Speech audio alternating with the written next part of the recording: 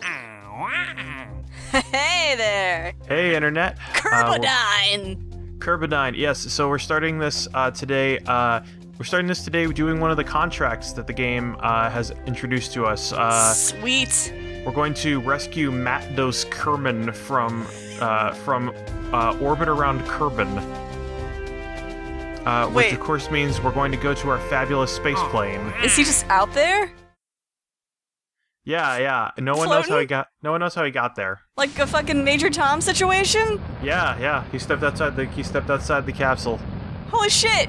If he dared. Can you hear us, Matdos? Major Matdos? It doesn't quite flow off the tongue like Tom does. Yeah, but Matdos. So tell me. It's like two mats.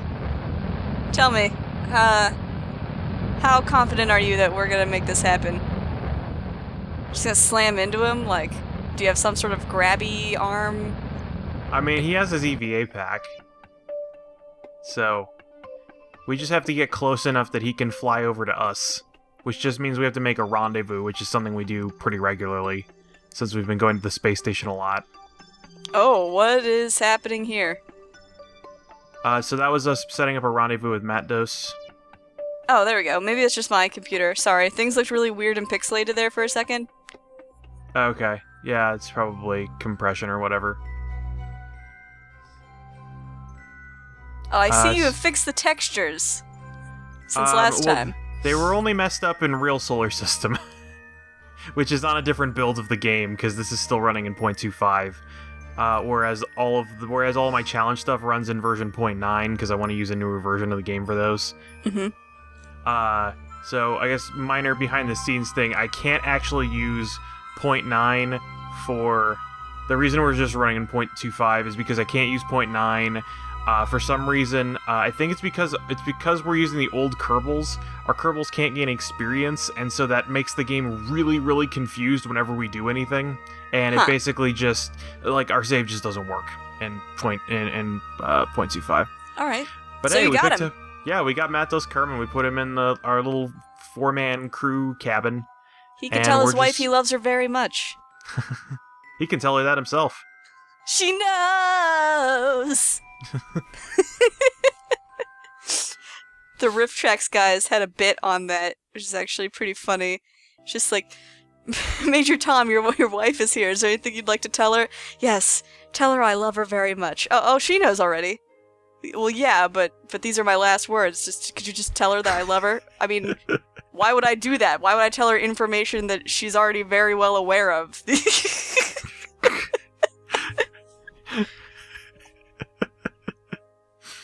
How nice is this? This is so nice. Look at that black sea. Yeah, it's unilluminated. Yeah, every time I come to the game, like, there's something different about the graphics for some reason. For reasons I don't understand in the slightest. I am changing nothing. And you see we're taking a different approach in this time, because last time we tried to, we're actually going to... Flying backwards. Yeah, this time we're going to do less backwards flying. Which is to say none, because I realized the folly of my ways in my other aerobraking efforts. And I just realized that the only reason that it started going backwards was because I had too aggressive an angle of attack. So when I'm re-entering, I can go about as far as like 30 degrees, but when I take it to 45, it spins around and wants to come back the other way. I can take it a little bit farther if I turn on the reaction controls, because those give me a lot more torque. And so we're making our standard approach. Vector. At this point, it's becoming unremarkable every time we return a plane from space. So there was no explanation as to how he got up there. Like, where's his ship? You know, Kerbals are remarkable at their ability to get into disasters.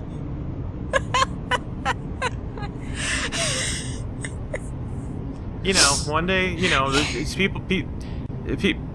people don't realize it. Like, one day, you're sleeping in your bed, next day, you're in space. No. Next day you're on fire. Oh, what I say about old memes, man.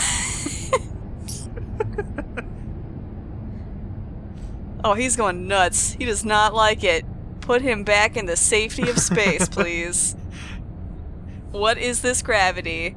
He's just freaking out because Jeb's super happy. Whoa, whoa, whoa, whoa, Yeah, whoa. I switched over to chase mode because I was going to try and land on the runway, and then I just went to my standard routine of, fuck that.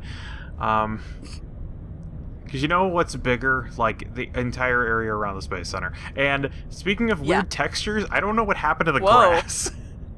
Whoa. Looks like you're on a record. Yeah, I don't know. Apparently, I think the grass stretched out instead of tiling.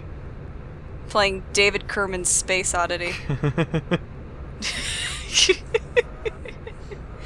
And then you can hear the brake sounds. It's super weird because I have to keep pumping the brakes to slow down.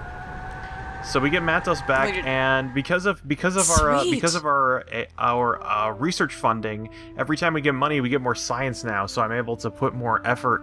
able to put more stuff into our. I'm able to unlock new things that we can have.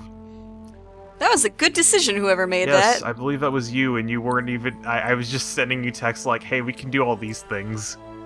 It was me. And then I look at all the experimental rocketry stuff, and I noticed that, like, most of the parts, or most of the important parts I can buy in this, are, like, 300,000 Spaceos. That's right, the money. Yes, So, yeah, I wasn't sure what the currency was called, so I ended up looking it up. I found out the official name for the currency is funds, but I ended up going to the Kerbal Space Program subreddit to get some ideas, and that's where I found that some people were unofficially calling them Spaceos. I love Spaceos. Because Squad is a Mexican company, and, space. Hell yeah. So we're building.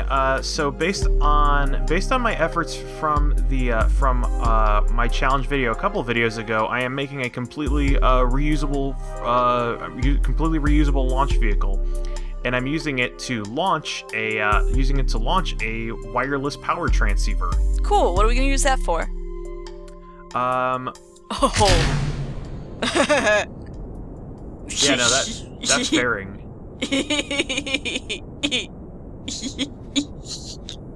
Are you gonna laugh every time a rocket looks like a penis? What are we gonna use that for, man? So remember a couple of videos ago, I set up that car that had a giant nuclear reactor and a power transmitter on it? Sort of. A couple videos ago, seems like a while ago. Yeah, it's... What are you talking about? I record these every 2 weeks on the dot. So I basically set that up because I could set up a nuclear reactor, a huge nuclear reactor on the ground, way bigger than I could set up in space, and I just set it next to the Space Center, and it has a phased array antenna, which is just beaming all the power it creates out into space. Okay. So what we're doing with this is we're going to use this first stage booster to put this other transmitter into a parking orbit. The transmitter then has a small thruster on it, which will throw it into geosynchronous orbits, which is an orbital period of 6 hours, which fits in basically it orbits every time that the planet revolves. Okay. Every time the planet rotates. So, and then we're going to point that basically at the planet. Bye. And it's going to start bouncing the power from the nuclear power car out. And then we're going to set up 3 of these around the planet so that we have an enormous sphere of power that's just getting bounced around that's coming from the Space Center. And the best part about this is because the nuclear power car is on Kerbin, when I get new ways of generating power, new and more, I guess for lack of better terms, powerful ways to generate power, I can just retire the old vehicle and roll a new one out. So all I need to do is just keep my network good, and I can just send all this free energy into space. Okay, it doesn't sound like there's a bad side. No. In fact, there have been people that have been trying to work on microwave power transmission for a while. Really? So this is something that might be like a realistic idea. It's a thing that's So there's a lot of problems that come into actually realistically implementing it. The main one, so a couple of them, there actually has been microwave power transmission actually has been accomplished for distances up to like a couple hundred meters. But you run into some problems. One of the big ones is called the inverse square law, which basically states that for a transmitter, like a radio antenna or something like that, for every length you get away from the area, the transmission becomes like the transmission only hits. The transmission is now hitting an area the square of how far you are away from it. So when you're 1 meter away, when you're 1 meter away from an antenna, the transmission is only spread out to a 1 meter square. But when you're 2 meters away, now it's a 4 meter square. And then at 3 meters, it's a 9 meter square. So imagine when you get to like 100 kilometers. Okay, solve for X. Like, I mean, just simple math. Like, it comes out to that from 100 kilometers away, your antenna is now broadcasting in an area where from 1 meter away, it was hitting a 1 meter square.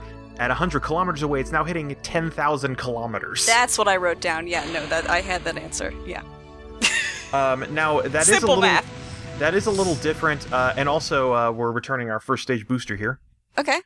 I actually figured out so you're gonna notice that this thing has a shit ton of spin on it as it comes in, and I realized why.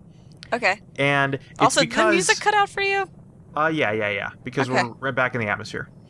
So this spins a lot, There's and I no realized music in the atmosphere. I realized why, and it's because the fins are backwards. So when I try and make it roll a certain way, the air's going across the fins the opposite way. And when I have the stability assistance systems on, they keep trying harder to make it roll the opposite direction, which means they turn the fins even harder, but the aerodynamics are pushing the fins harder than the reaction controls can respond. Well, it's kind of like that helicopter we tried to make a few videos back. Yeah, the one that just constantly exploded. That was a good time for science. So we're doing a soft landing on this one because this doesn't have any landing gear. So we touch it down in the water and very success. Nice. I'm actually surprised it didn't tip over. That's weird. Yeah, it's just balanced enough, and when I have the SAS on, it keeps it pointing straight up just long enough. Listen to those Kerbirds. The Kerbirds. The Tweet, Kerbirds tweet. Club. So we come back to our global. So as I was saying before, the inverse square law is one of the problems. The other problem is what's called the Fresnel range, which basically it kind of fits into the same sort of thing as the inverse square law, in that if you have a directed antenna, so one of the main things is you can affect parts of the inverse square law if you have a directed antenna, which we have with this phased array. So you notice that these antennas that I'm creating are just big flat like discs. Yeah. But they're full of tiny little hexagons. They're full of science. So the thing about a phased array is that as opposed to As opposed to like a big antenna that's facing that way, a phased array is actually made of like hundreds or thousands of tiny antennas that all fire in sequence. And doing that, they create a beam rather than just a sphere. Whoa. And so you instead of getting like it's the difference between a light bulb and a flashlight basically. Except instead of using a reflector, you're using the other waveforms to turn it into a beam instead of just a sphere. So that affects it a little bit. Eventually you through some other constants that I can't remember the name of, you end up eventually running into the inverse square law again, but you get a bit more power out of that. So you notice that we changed up aspartame. Yes. It is now OV107, codenamed Sucralose. And so one of the things I added to the back of this are some magnetoplasma thrusters, which you might remember from our famous sun diving probe Icarus. Yes. Now you remember Icarus had a thruster that could generate like 2.7 newtons of thrust or something, and that was also weighed down by how it had a big nuclear reactor and a generator. Since this point, we've put all of our phased array transmitters into an orbit around Kerbin, and now we have them beaming all the power from our much bigger reactor on the ground, and we have a tiny little power receiver on the back of Sucralose. Mm-hmm. So now we're actually generating something like 27 kilonewtons of force out of these reactors, or out of these thrusters, and we don't have to carry a giant engine with us. Or we don't have to carry a giant reactor with us, because the reactor is on the ground and beaming its power around. Alright. So we can use these thrusters, which have a much higher delta V budget than our regular engines, but without any added weight. Because they can use any of the propellants already on the vehicle, because all they do is use the power coming in to make all of the propellants really hot, and then come out the back. Matt, I'm gonna ask you a question, and I don't know if we've like really talked about this or settled on it. Hit me. So now that we're in this new version of Kerbal, we've kind of abandoned the idea of colonizing, which was our original goal. I am going to try that again. Yeah? Okay. I am going to do that again, because I realized with these plasma thrusters, it actually makes things a lot easier. Really? Because I was gonna say, like, what's our new goal? You know, like just that is our goal. This is still the colony quest. Sweet. And we're going to start again as we did before. We're going to colonize the moon and Minmus first. All things in time, though. And through those, we'll have our technology set up to be able to colonize the rest of the solar system eventually. Man, we haven't seen any of those, satellites, planets, moons. Haven't seen them for a while. We haven't seen them for a very long time. In fact, I don't think we've seen them in 2.5. We have. We did one mission where we gathered data from around Lathe. To get like 500,000 spaceos, because that was one of our contracts. And so this mission here, the reason I'm actually launching this is that we had there is a critical failure in the life support system on the Bill Kerman space station. In that it used to have enough oxygen to supply the crew for about a year, and now it only has enough to supply them for less than a day. Oh no, though. What are we gonna do? So what we're going to do is, we've topped it off again, which gives us some more time. Actually, I guess it's a day if the place is fully loaded, so it's like 8 days. But what we're gonna do is we're going to launch a replacement life support system that fits in with the to compensate for the failure. We're also going to launch some other stuff that the station really needs, because that nuclear reactor is starting to make it really hot. What was the I don't know, Matt. There's a lot of things I could say. I'm just along for the space ride. So there's a lot of things I could say. So I was talking about microwave power transmission. One of the ways that NASA actually, or one of the ways that the people are planning to use that is a solar power satellite, or I guess it's called space-based solar panels, or space-based solar power, because you can use a microwave transceiver or a microwave transmitter to take all of the solar power from the sun, which is no longer diluted by the atmosphere, and also it has less time in the dark because of how it's orbiting the planet, and you can beam that down to the Earth. Now the problem with this is getting enough solar panels into space to actually do it. Yeah. I'm trying to remember. I think the the thing that's in place is called like the sun tower, basically.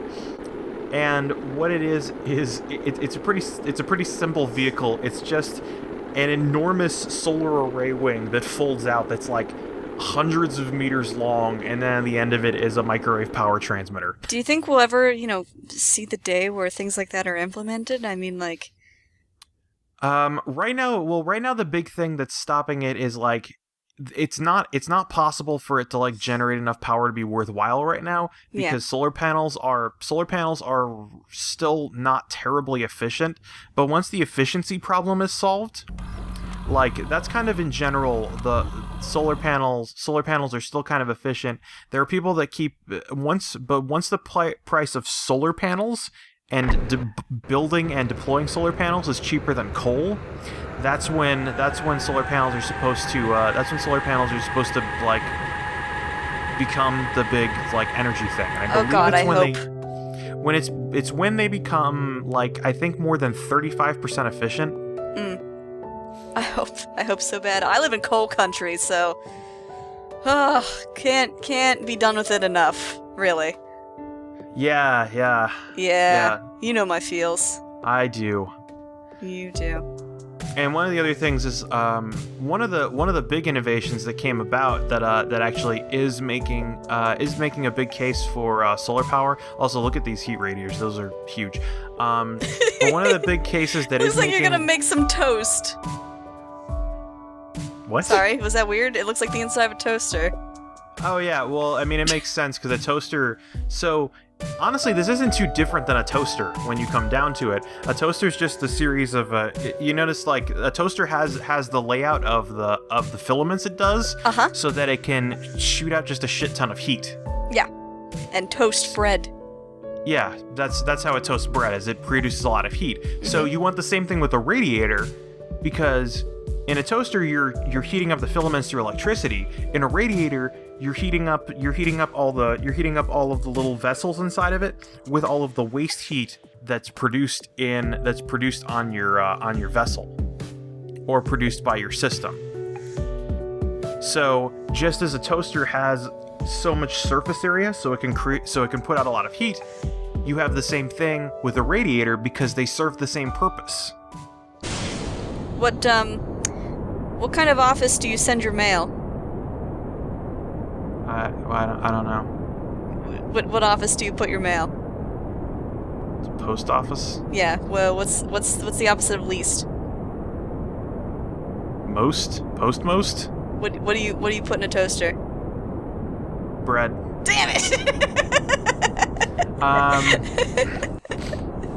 Also, you notice we updated our first stage return vehicle, and I realized I had not given this a name, so I'm calling this launch vehicle Condor. That's cool. Because it comes in from space, flying in, screaming, and on fire. Is it going to blow up in glorious flame? No. It can be on fire for a while without doing that. You notice how it shoots fire out the back to I mean, all of your rockets shoot fire out the back. Yeah, so they're pretty good on handling the fire. This looks weird. So we blow the fairing, and we kind of glide to our apoaps so that we can round out our orbit again. But yeah, and then the other things affecting one of the other major factors that the Interstellar mod actually doesn't address that well. I think it does address it kind of, is that when you do microwave power transmission, when it hits the atmosphere of the Earth, that'll cause it to disperse a little bit, and so you lose some efficiency because of the lensing, because of atmospheric distortion. But in this case, we're still the power we're getting out of this is like, I believe the power that we're actually bouncing around and is received by all of our vessels is like 2-something gigawatts. And just to put that in perspective, like a major power plant, like a full scale power plant, a full scale nuclear plant, and I've actually looked this up, produces something like I want to say they produce a regular power plant can produce something like between 500 and 600 megawatt hours, and that's enough to that's what powers a city. That's nuts. So and how many could this thing produce? It does gigawatts. And how many? In fact, it does more gigawatts than the DeLorean needed to go back in time. Damn it! I was gonna make that joke. How many of those would we need to go back to the future? You only need 1.21 gigawatts. This produces like 2.16. You're taking the comedy away from me, camping. Which is funny because I guess it's fitting because again we're using fissile materials, except we're using uranium instead of plutonium. Tomato. Well, they're different things. Tomato. They're very different things. They're both named after planets. I guess kind of. I think they're both named for being from the underworld because you kind of have to dig to get to uranium. I don't actually know the etymology of plutonium and uranium. How about I look it up? I'm sorry. Yeah. I do not have good commentary right now. So one of the other things that I meant to mention when we were using the plasma thrusters is I talked about a couple of videos ago how plasma thrusters we had used are mostly experimental, or were entirely experimental, and I found out later I am wrong. There actually are 2 different spacecraft right now that are actually in space and doing missions and have plasma engines. What? Really? Yeah. One of them's actually pretty old. Let me see. It was the Dawn spacecraft is one of them, which is actually I think in like March 3rd or so. Also, sunrise, and check out the new addition to the space station and how fucking huge it is. But one of them is the Dawn spacecraft, which is actually going out to the asteroid belt and is going to. And is in March, it's actually going to go into orbit around Ceres. Wow, really? Which is the largest asteroid. It's actually a dwarf planet by all intents and purposes. That's awesome. And it's actually returning some photos already. And then the other one is actually a space probe from like 1998 called Deep Space One. Which actually traced behind a comet and like caught some of the tail and stuff like that. It also experimented with a lot of new systems, and so we don't need this propulsion system anymore. It was only like 2,000 pesos, so we're just getting rid of it.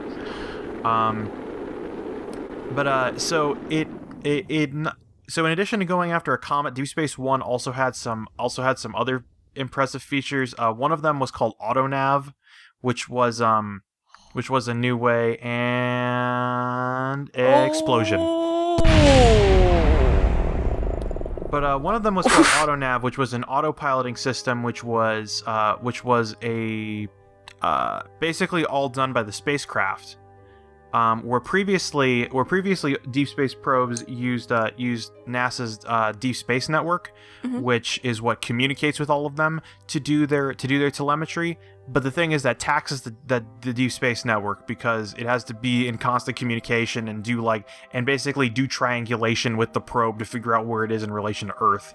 What AhDah instead it did was figure out where it was. Let's see. It figured out where it was. By looking at bright asteroids and using their relative position to figure out its position in space without actually having to do any of the triangulation. That's really cool. Wow. Hey, do you want to know about plutonium real quick? Yeah, tell me.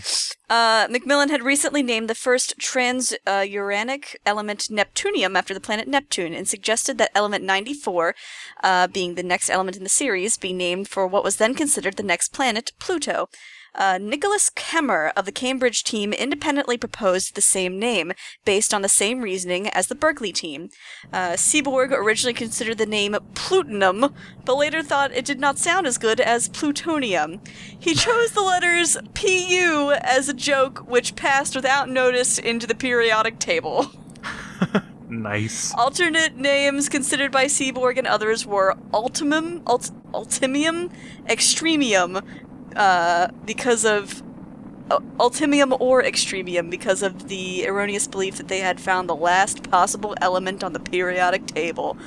Boom. Wikipedia. No one ever believed in Unenhexium. Also, this one has the Condor vehicle actually has landing gear. Wow. So we're gonna touch this shit down on the ground, son. Sweet. Whether it'll survive or not is a new question. I guess we'll see. I know all of the tolerances for how much these can take before they break. I almost accidentally tipped the ship over because I did not realize I had landed. But there we go. Success! Success! We brought it back safely. Sweet. We'll continue this in the next episode. Until then, Next good night, time. Internet. Good night. Sweet, Matt. Sweet.